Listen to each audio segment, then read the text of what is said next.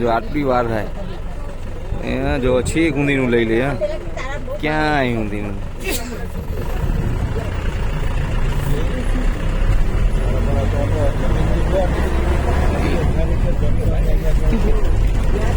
એની આવક કેટલી છે?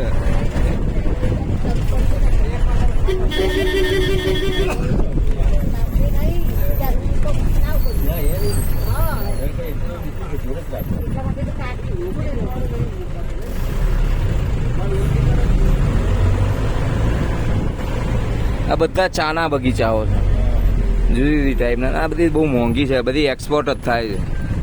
આપણે જે ગુજરાતમાં આવે છે ને